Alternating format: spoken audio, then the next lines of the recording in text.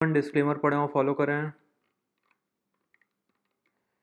Next topic हम पढ़ रहे हैं बिल्डिंग कंस्ट्रक्शन के बारे में हम पढ़ रहे हैं। तो इसमें हम बिल्डिंग का इंट्रोडक्शन हम देखते हैं। तो ये जो है बिल्डिंग का जो है क्रॉस सेक्शनल डायग्राम जो है ये इसमें बना है क्रॉस सेक्शनल डायग्राम। इसके जो मेन पार्ट हैं वो हम डिस्कस करेंगे। सबसे नीचे रहता है आरसीसी स्लैब, सबसे नीचे रहता है फाउंडेशन। ठीक है, तो फाउंडेशन हम बनाते हैं ग्राउंड लेवल के नीचे रहता है, फाउंडेशन बनता है और ग्राउंड लेवल तक ये आता है। इसके बाद ग्राउंड लेवल और फ्लोर लेवल के बीच में जो हाइट का डिफरेंस रहता है उसको हम कहते हैं प्लिंथ। फ्लोर लेवल को ग्राउंड से इसलिए ऊपर रखते हैं ताकि यहाँ का पानी जो है यहाँ पे ना भरे, या यहाँ से जो कीड़े मकोड़े हैं वो अंदर ना जाएं, कोई जानवर अंदर ना जाए। ठीक है, तो ये हम इतना लेवल उठा के रखते हैं, इसको हम कहते हैं प्लिंथ। प्लिंथ लेवल के नीचे का जो स्ट्रक्चर जो रहता है उसे हम कहते हैं सब स्ट्रक्चर। प्लिंथ लेवल के ऊपर का जो स्ट्रक्चर रहता है उसे हम कहते हैं सुपर स्ट्रक्चर। ठीक है, प्लिंथ के ऊपर रहती है वॉल, वॉल के ऊपर रहती है डोर या विंडो, डोर या विंडो के ऊपर रहती है सिल, फिर उसके ऊपर रहता है स्लैब। ठीक है, स्लैब के ऊपर रहता है अगला फ्लोर रहता है। ठीक है, और जो लास्ट फ्लोर जो रहता है, टॉप फ्लोर जो रहता है, वहाँ पे पैरापेट वॉल रहती है। ठीक है, मेनली दो तरह के स्ट्रक्चर रहते हैं जो हम देखते हैं। जैसे आपने सेंधवा में देखा होगा जो बड़े बड़े जो किले जो रहते हैं, जो कि बहुत पहले से बने आ रहे हैं राजा महाराजाओं के टाइम, उनको हम कहते हैं लोड बियरिंग स्ट्रक्चर। और आज के समय में, मॉडर्न समय में जो बिल्डिंग बन रही है उसे हम कहते हैं फ्रेम स्ट्रक्चर। ठीक है, तो लोड बियरिंग स्ट्रक्चर में क्या रहता है, उसमें सिंपल एक दीवार रहती है, वो लोड जो है पूरा लेती है और नीचे फाउंडेशन में ट्रांसफ़र करती है। उसका फाउंडेशन पूरे लोड के जितनी लंबी वॉल रहती है उतना लंबा जो है उसका फाउंडेशन चलता रहता है।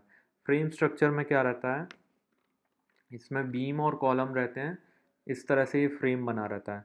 सबसे नीचे फाउंडेशन रहता है, फिर कॉलम उठते हैं, कॉलम के बाद बीम रहती है ना, और चारों बीम को कनेक्ट होती हैं, और चारों बीम को कनेक्ट करके उसके ऊपर एक स्लैब डलता है। तो ये जो एक फ्रेम बन जाता है उसे हम कहते हैं फ्रेम स्ट्रक्चर। ठीक है, तो इन दोनों के बीच का कंपैरिजन जानना बहुत ज़रूरी है। कंपैरिजन हम जानते हैं, पहला है कि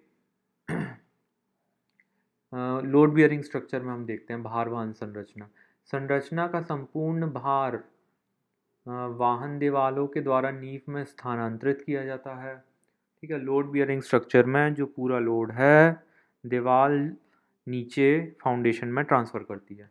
फ्रेम स्ट्रक्चर में क्या रहता है, संरचना का संपूर्ण भार बीम स्तंभों के द्वारा नींव पर स्थानांतरित किया जाता है। सबसे पहले लोड आता है स्लैब पे, स्लैब लोड ट्रांसफ़र करता है बीम पे, बीम लोड ट्रांसफ़र करती है कॉलम पे, और कॉलम ट्रांसफ़र करता है फाउंडेशन पे, और फाउंडेशन ट्रांसफ़र करती है नीचे सॉइल पे। ठीक है, इसके बाद क्या है अगला पॉइंट, दीवार संरचना का संपूर्ण भार वहन करती है।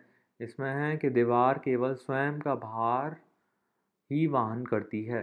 फिर इसमें क्या है, दीवार की मोटाई अधिक होने के कारण फ्लोर स्पेस कम होता है, और इसमें दीवार की मोटाई कम होने के कारण, फ्रेम स्ट्रक्चर में दीवार की मोटाई कम होने के कारण फ्लोर स्पेस ज़्यादा होता है।